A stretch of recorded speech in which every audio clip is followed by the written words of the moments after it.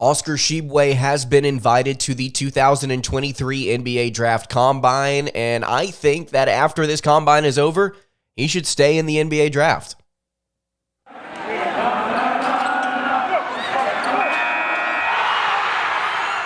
You are Locked On Kentucky, your daily podcast on the Kentucky Wildcats, part of the Locked On Podcast Network, your team every day. All right, what is going on, Big Blue Nation? Welcome on in to Locked On Kentucky, your daily Kentucky Wildcats podcast. I'm your host, Lance Dawe, writer for Sports Illustrated for various SEC-related things. But on this podcast, we take a dive into all things Kentucky athletics. On today's episode of Locked On Kentucky, we are going to be discussing Oscar Tshiebwe entering the 2023 NBA Draft Combine. He is going to be attending the Combine. I believe it's May 17th through 18th, if I'm not mistaken, and he will be working out for different teams, getting his measurements in, and after further review, I think it makes sense if he stays, and I'm going to kind of explain my thought process on this in a little bit. Also on today's episode, we're going to tackle the subject Antonio Reeves or Chris Livingston. Whichever one Kentucky gets back is going to be the the small forward for UK next season.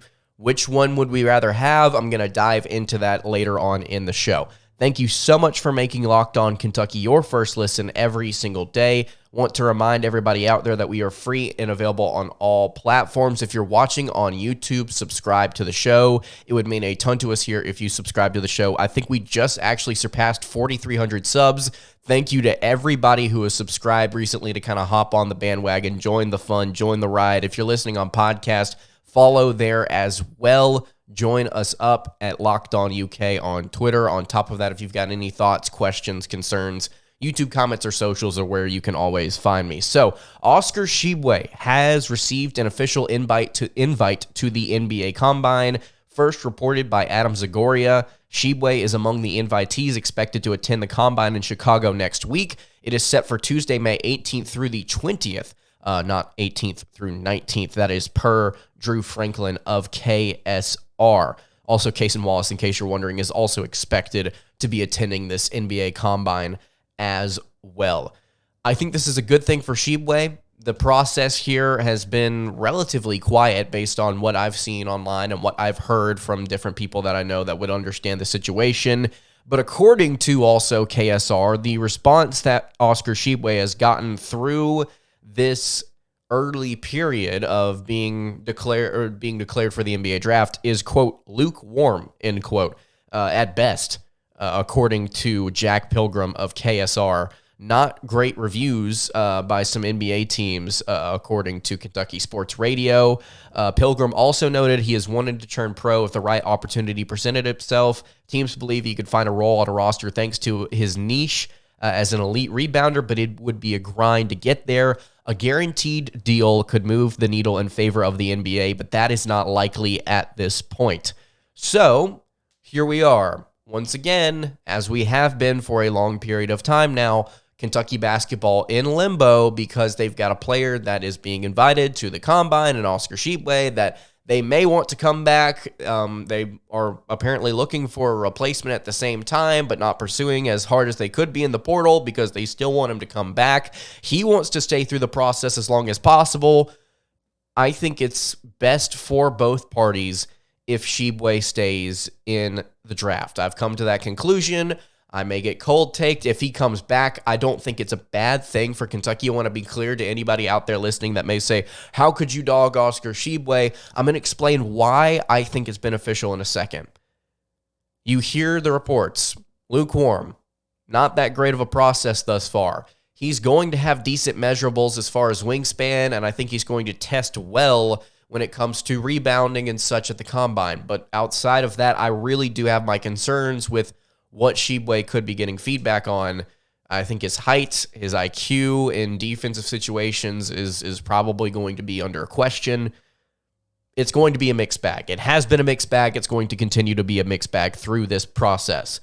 I think he needs to take this chance now. In case you're wondering, some teams that have already had some private workouts scheduled: Boston Celtics, Milwaukee Bucks, Houston Rockets, Sacramento Kings. It would be really fun to see Tshiebwe as a King to go join up with some other former Kentucky players there in Sacramento. But we've talked about this, I think, a couple of weeks ago. It might have been 3 weeks ago at this point. Tshiebwe's draft stock doesn't go up if he comes back. Full stop. It doesn't go up.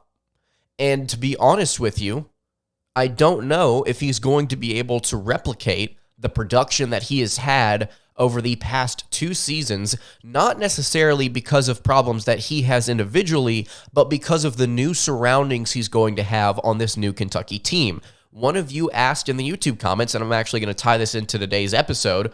One of you asked, so Lance, if Oscar Tshiebwe comes back, what do you think his role would be, and how much production would we get out of him? What I want and what I think are going to happen, what I expect to happen, are two different things. But I think regardless, you would see a dip in production. You've got 4 other players on this roster, very talented freshmen, on top of Reed Shepherd, who is going to be a backup. I think that you've got several players. I'm sick, by the way, so I apologize if I sound off today. You've got several players that are going to be demanding the ball, I think, more often than the players that have surrounded Tshiebwe in the rotation over the past 2 seasons.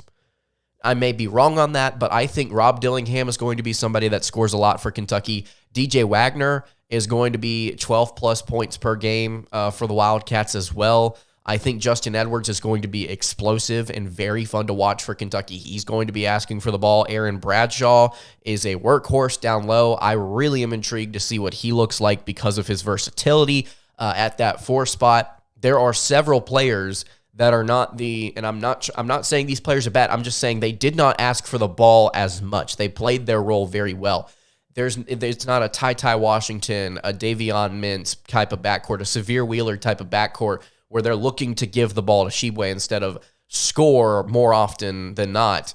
You're not dealing with those players, okay? You're not dealing with the Kellen Grady's of the world that as the season went on because of injury, he was passing up shots. You're not dealing with those types of players this season. You're dealing with freshmen who, quite frankly, have an expectation for themselves, and they have a coaching staff that is placing those expectations simultaneously upon them to go out and perform. This is the reason they came to Kentucky. It's the one-and-done process. You get here, you play well, you show off your abilities, and you go to the NBA draft, and you get drafted. This is the way that Kentucky has done it under Cal, and this is the way that they're probably going to continue to do it, despite the fact that the transfer portal era is forcing some teams to get more creative in the way that they acquire talent. There is a multitude of outside factors in this upcoming roster that will directly affect how Tshiebwe performs on the court. The most of which is the fact that he is going to now be paired up with Ugonna Onyenso, who will get more playing time. Now, that starts to get into the conversation of, well, what I want, what Lance wants, and what Lance expects is different. I'm not talking in third person. I'm not trying to be. I'm just saying what I want out of next year's roster is a balanced rotation at all positions with a starter, a clear starter that gets those minutes, but also I want to be able to see the guys on the bench perform. We've discussed that recently. They're too talented. Kentucky is too talented if Reeves comes back and they get a couple pieces in. They're too talented not to. At the same time, I also look at this roster with the center spot and understand, look, if Tshiebwe comes back, he's going to be the dominant guy there in terms of minutes. And so Ugonna's going to get some more minutes, Ugonna, is what I'm trying to say here. But it's not going to be as much as I would like it to be, is kind of what I'm getting at here. So Onyenso will get to play more. He came back to play more and get paid as well. I would expect him to see his production increase, and that's going to take away from what Tshiebwe does. So that's the main concern. You've got 4 other players on roster that are also going to take away more than what previous rosters have. And that's not a knock on the previous roster's talent. I'm just saying that this year's team is going to be a little bit more spread out, I think. We'll probably discuss that as we get later into the summer about how we think rotationally things are going to work out. And, tag guys as points per game, tag guys rebounds per game. We're going to throw out a lot of different projections and things here. But what we can know is if Tshiebwe comes back, his production's not going to increase, and therefore I think that alone is not good for his draft stock next season. Because you're looking for, if you don't have the ability to handle the ball, the ability to cover things on defense consistently, the ability to shoot, you're looking for he was statistically dominant in this category, he was statistically dominant in this category, and you've got 2 years of tape and statistics to go off of to kind of prove that, but even still, scouts are going to be looking for that extra thing, and I just don't think that Kentucky is able to provide Tshiebwe with that extra thing, that extra time, that same amount of production that he's had previous years in order to get him in a better spot in the 2024 draft compared to this year. If he's getting lukewarm response from some of these teams, he can have a good combine, he can play really well in whatever game that they have him perform in, then he's going to find his way into the late second round. If not, he's picking up a free agent deal.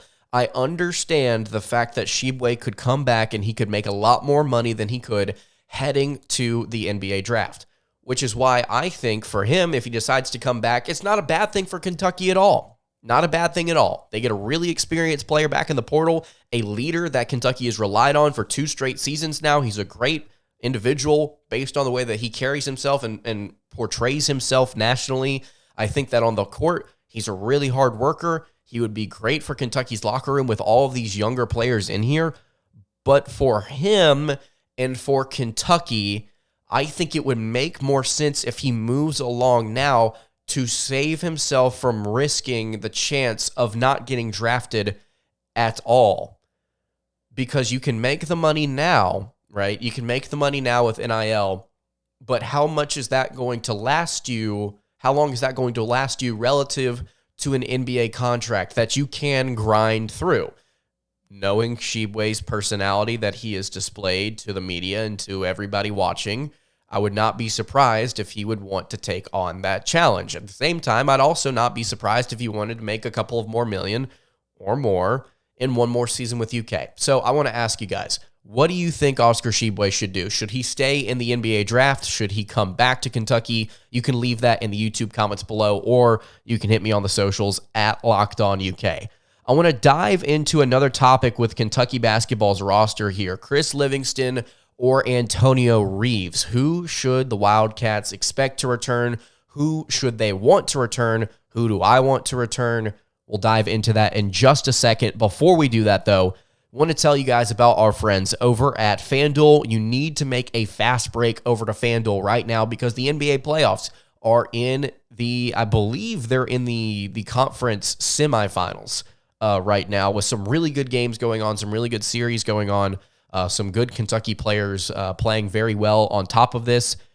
Don't like the comments that Julius Randle made the other day, but anyway, right now, if you head over to FanDuel, you can get a no-sweat first bet up to $1,000 for new customers. That's $1,000 back in bonus bets if your first bet doesn't win. You can do all of these different props and over-unders, points per game, rebounds per game, blocks, steals, etc. You can do all these different things, add them up into a parlay. It's a lot of fun. It's very easy to use, very easy to understand. FanDuel is one of my favorites out there. There's literally no better place to bet on all of the playoff action than over at FanDuel, which is America's #1 sports book. Again, you can get $1,000 back on a no-sweat first bet if your first bet doesn't win. That's FanDuel.com/lockedon. FanDuel.com/lockedon. FanDuel, the official sports betting partner of the NBA. All right, continuing along here on the Tuesday edition of Locked On Kentucky, Lance Dawe hanging out here with you. If you've not subscribed to the show already on YouTube, please go ahead and do so. If you're listening on podcast, leave a review for the show, preferably 5 stars if you would be so kind. If you're listening, wherever you're listening, and it's not on YouTube, follow the podcast. And if you like it enough, share it with somebody that you know is a Kentucky fan. I'm sure that there is a lot of Kentucky fans out there that know other Kentucky fans that would want them to kind of dive into the everyday process here that we work through at Locked On UK, giving you updates on everything going on in the world of Kentucky athletics, specifically, obviously, Kentucky basketball. So if you got any friends, share the podcast with them. That would mean a lot. to us here at Locked On UK. So Antonio Reeves or Chris Livingston, who would you rather have come back? I personally would rather have Antonio Reeves come back for two reasons that we're going to dive into here as we wrap up the show. The first one I think is pretty clear. We looked at this year's roster about 500,000 times since the clock struck zero against Kansas State in the round of 32 earlier this year. We understand that the roster is going to be young. It's going to be younger than it has been in these past two seasons, and it's going to be something where Kentucky will want one or two experienced veteran players on this roster to help combat the youth. I think getting that blend is very healthy. I think it's going to be smart that Kentucky tries and gets at least one of those players in before the transfer portal windows close entirely. I don't know when those close entirely. I think it's sometime in like July or something like that. But you've got right now the opportunity to return two fifth-year players, or seniors rather, I should say, and in some cases, with Antonio Reeves and with Oscar Tshiebwe. If you can get Antonio Reeves back over Chris Livingston, I think Kentucky fans would be happy about it for a couple of reasons. I know that some of you out there have complained about Antonio Reeves defensively, what he has been for the Wildcats, but I hope you understand, more often than not, his ability to score offsets whatever he's doing on defense at 6'5", mind you, he should be able to carry his own weight. I didn't see a ton of defensive problems relative to C.J. Frederick last season for Reeves. I thought he was okay. I thought that his scoring ability definitely outweighed anything he did on that side of the ball. And on top of this, again, you get experience. Reeves would be a valuable returnee to pair with Justin Edwards at the 3 spot. I don't see how that's bad logic. You get an experienced player, pair him with a really good player that's going to play good defense. You've got a scorer. You've got somebody that can be all around and play good defense. I don't see how that's a bad rotation there at the 3. On top of this, compared to Chris Livingston, who is a hard-nosed, physical guy, was great at times for Kentucky last season when it came to just being clutch and needing to get rebounds and baskets. He was just physical whenever Kentucky needed him to be. He, I think, right now is similar to Tshiebwe in the fact that he's not getting a ton of draft love, but he should get drafted. That is not something that I think is a concern for Chris Livingston. I think he's going to get drafted. But he's also got several things going against him right now because of the tape that he put up over at Kentucky. You don't see a lot of great shooting. You don't see a lot of phenomenal ball handling. He's a good defensive player. He's not an elite defensive player. And I think he's an NBA body. That's probably the biggest thing he's got going for him. He's an NBA-ready body. Coach Cal tweeted out earlier today and said, I had a chance to watch Chris Livingston work out today, and wow, he got so much better for us by the end of the year, and he looks like he's taken another leap forward. Chris is one of the most driven, caring, smart kids I've ever coached. I absolutely love him. So Coach Cal over here gassing up his boy for I guess, practicing well and when working out well through this draft process. It kind of makes you feel like it's like more certain that Livingston's going to stay. At least it feels like that kind of expectation that if his coach is saying, man, he's taking another leap forward through this process. I mean, it looks like there's no definitive whatsoever, but it looks like it's more likely than not that he stays in the draft. And I think that would probably be best for him if he's seeing an opportunity right now to take it, because for him, I think it's a much different situation than returning like Reeves could. Because with Kentucky and Reeves, I don't think you're seeing Reeves getting drafted next year. I think you're seeing him come back one more year, make some money, and be that guy, that scorer at times for the Wildcats, somebody that can just light it up at any given moment. Whereas with Livingston, if the goal is to return and then get better draft stock, do you have the opportunity to do that with Justin Edwards and Aaron Bradshaw on your team? I don't know. And I'm not saying he wouldn't get the chance. He'd probably start. He would start because of the experience there. but I don't know if he's going to be able to get all the minutes that he would want to and get all the opportunities that he would want to because of the talent that is now on roster. So Reeves, I think, gets the nod coming back to UK because of his his ceiling, I guess, as a scorer, as an individual on the court in any given moment, his experience, and then the fact that Livingston probably benefits from staying in the NBA draft now because this year's roster, I should say, doesn't help him out as much as it could. So, again, if you've got any thoughts on Oscar Tshiebwe, Chris Livingston, Antonio Reeves, anything going on with the Wildcats, you can leave all of that in the YouTube comments below. That's going to do it for today's episode of Locked On Kentucky. You can follow the show on Twitter at LockedOnUK. You can follow me on Twitter at LanceDawe_. You can follow the show over on Instagram at Kentucky Podcast. Jeez. Again, questions, comments, concerns, leave them in the comments. Hit me on the socials. I will see you all tomorrow for another episode of Locked On Kentucky. Hope you guys have a great rest of your day, and God bless.